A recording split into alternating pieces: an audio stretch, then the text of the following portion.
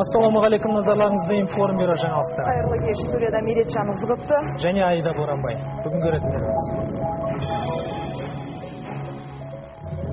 Алматыдағы құтқару қызметі мен қауіпсіздік комитетін қорқытып ақша бопсалаған азамат ұсталды. 19 жастағы бозбала арнайы қызмет орындарын 400 мың теңге бермесеңдер жарамын деп шошытқан. ақш полицейлерінің қолынан қаза тапқан отандасымыздың денесі елге әкелінді. Қарағандылық Кирилл Денякинді тәртіп сақшылары тонаушыға балап, оған қарсы 11 рет оқ атқан. Фашизмнің жеңісі уралаумен емес, аш жалаңаш толарсақтан саз кешумен жеткен. Кеңестер одағы идеологиялық фильмдер арқылы жасырып келген қан майданның ащы ақиқатын сол соғыста мұз жастанып қар жамылған ардагерлер еске алды. Бүгін таңертең Астанаға америкалық тәртіп сақшысының қолынан қаза тапқан Кирилл Денякиннің денесі жеткізілді. Соңғы жылдары ақшта тұрып келген қарағандылық азаматта шетелдік полицейлер тонаушыға балап, оған қарсы оқ жаудырған. 26 жастағы жігіт денесіне тиген 11 оқтан көз жұмған еді. Енді марқұмның ата-анасы әділдік іздеп сотқа жүгінбек. Алайда бұл істің қиынға соғатынын олар әзірден ақ біліп отыр. Кирилл Денякиннің денесін туыстары астаналық әуежайдан тосып алды. Ақшта 5 жыл тұрып келген 26 жастағы отандасымызды Портсмут қаласының тәртіп сақшылары атып өлтірген. Ресми дерек бойынша полицейлер Денякинді тонаушыға бағалап, оған 6 рет қатарынан оқ жаудырған. Кейінірек жасалған тәуелсіз сараптама жас жігіттің денесінен 11 бүтін қорғасын тапқан. Оқты әр жерінен бір атқан, бөксесіне тиген оқ тамағында тіреліп қалған. Сонда ол құласа да атыс тоқтамаған. Баламды жазықсыздан жазықсыз құрбан етті.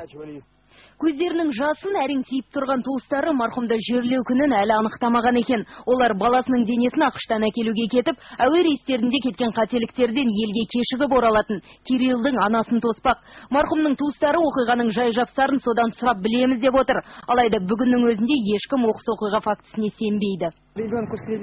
Адамды тұтқындау үшін артынан оқ атушы ме еді? Неге электрошокерді пайдаланбайды? Ататын болса неге аяғынан атпайды? Енді Кирилл Денякиннің әке-шешесі Америка жағымен соттаспақ. Жергілікті дипломаттар ең құрғанда қорғаушы жалдап беруге сөз берген екен. Алайда істің қиынға соғатындығын Кириллдің әкесі қазірден ақ біліп отыр. Тергеу қорғаушы мен детектив табылған кезде басылады. Менің білуімше, америкалықтар өз офицерлерін толықтай кінәсіз деп тауып отыр. Осыдан біраз бұрын Қазақстанның ақштағы елшілігі Америка билігіне аталмыш іске қатысты егжей-тегжейлі тергеу жүргізуді талап етіп, дипломатиялық нота жолдаған болатын. Алайда сот кімді кінәлі деп табатын әзірге белгісіз. Олардың заңдары бойынша Кириллға оқ атқан тәртіп сақшысы 8 апта ішінде психологиялық сараптамадан өтуі тиіс. Жанар Жолтаева, Нұрзат Кәрім, Арман Букеев, информ бюросы, 1 арна, Астанадан. Ал Ресей елшілігінің өкілі Алматыдағы 28 панфиловшылар саябағында 4 жастағы қызды қағып кеткен. Бүлдіршін қазір ауыр халде жан сақтау бөлімінде жатыр. Интерфакс агенттігінің хабарлауынша, Ресей Федерациясы бас консулдығының Мамаев есімді қызметкері Лилия Сметанинаны электрокөлікпен 1 мамыр күні қаққан. 4 жастағы бүлдіршін қазір Алматыдағы балаларға арналған нөмірі 1 клиникалық ауруханада жатыр. Оның апасы Вера Сметанинаның айтуынша, қыздың бас сүйегі, өкпесі және бүйрегі зақымданған. Оған ота жасап көк бауырын алып тастапты. Сондай-ақ ұйқы безі мен 2 аяғында да зақым келген. Ал кішкентай қызды қағып кеткен адам балаларымен бірге қатты жылдамдықта электрокөлікпен жүрген. Оқиға болғаннан кейін Мамаев дәрі-дәрмекке деп 15 мың теңге беріп кеткенмен кінәсін мойындамай отыр. Қазір қыздың туыстары полицияға және прокуратураға арыз түсірген. Ал Павлодарда 40-нан жаңа шыққан сәбиді соққыға жығып, оның 8 жастағы әпкесін зорламақ болған оқушыға қатысты сот процесі басталды. Шындықке сылқия тойып алған 15 жастағы Дмитрий Шайырман қаңтар айында көршісінің қыздарын аяусыз сабап, қорлағалы жатқан жерінде ұсталған болатын. Алайда сот отырысы басталмай жатып, бірін-бірі алғаш көрген тараптар бірден айғай-шуға басты.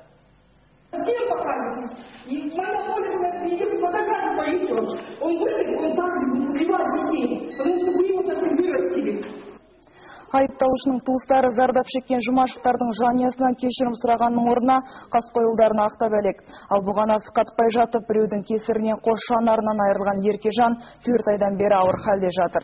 Бүлдіршінге шетелдік дәрігерлердің көмегі қажет екен. Ата-анасы үйлеріне баса көктеп кіріп, балаларына қырғидай деген көршілерін қатаң жазалауды сұрайды. Анасы ұйқы деген білмейді. Түні күні жылайды, температура. Әлі бүгінге дейін. Мен соңға жағдайын қолдан келгенше істейміз. Ана больницаға, мына больницаға, врачтармен сөйлесіп жатырмыз. Ойын білмеген бала атасының сақалымен ойнайды демекші, алматылық әзілкештер енді басқаны қойып, құзырлы орган қызметкерлерімен қалжыңдасатынды шығарыпты.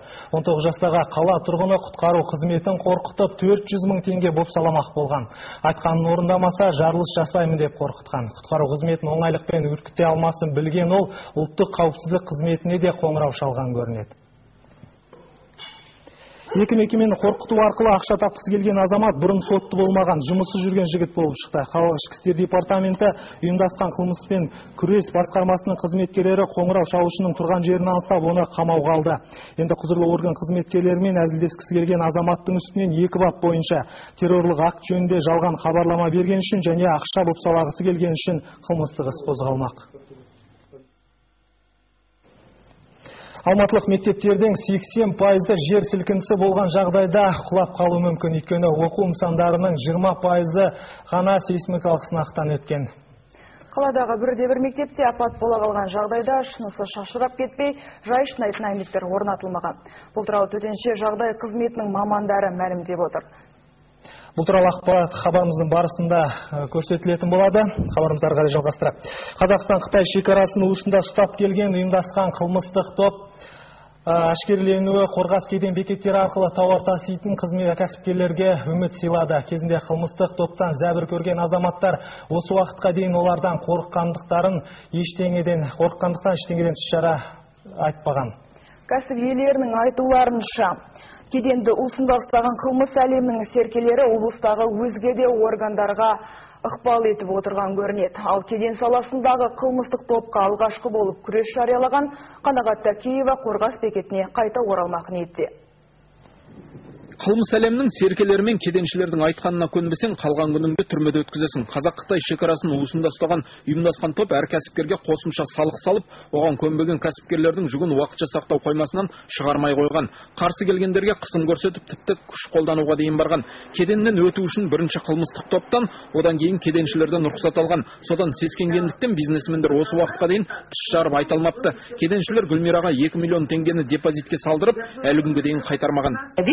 Талғаттың жігіттері терезеге келіп, кеденшілерге декларацияны қабылдау, жүкті босату туралы бұйрық беретін. Менің құжаттарымды қабылдамайтын. Мен шекарада ұзақ уақыттан бері жұмыс істесем де, маған бағаны әдейі төмендеттің. Құжаттарың дұрыс емес деп айып тағатын.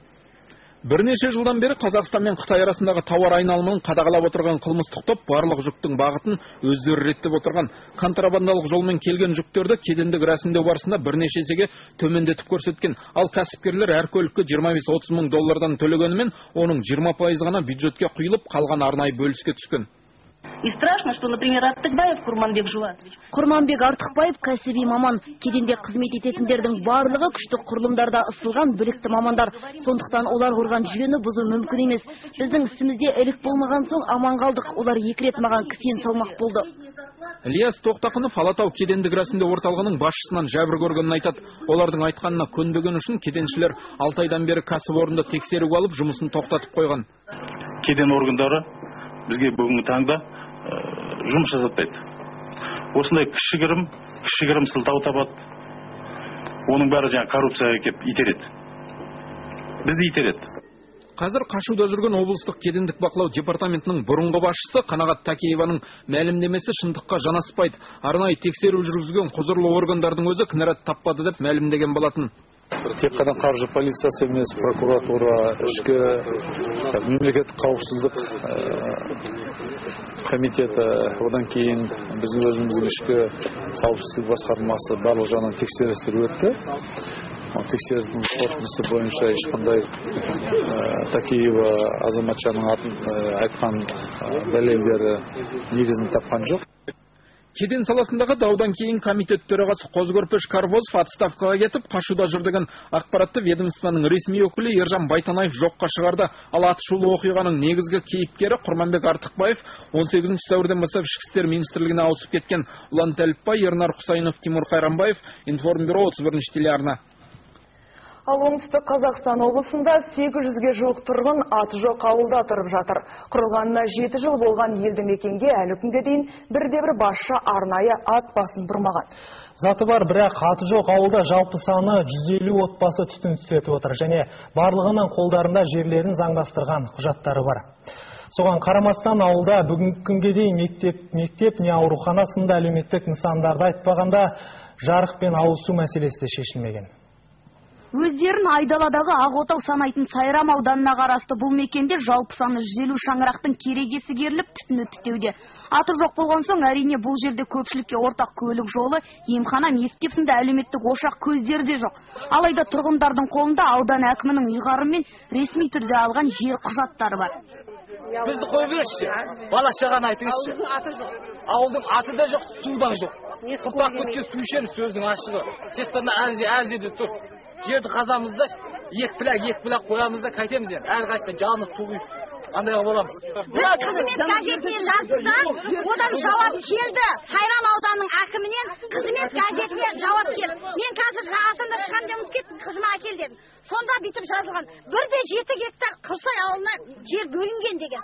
Медпункт түседі, балабақша түседі. Деп жазылған жауабында бізге берілген. Тұрғындар бәрінен бұрын ауыз су тауқыметін қатты тартып отырғандарын айтады. Өйткені ауыл деген мәртебе берілмегендіктен мұнда су құбырымен жарық жүргізуге рұқсат берілмеген.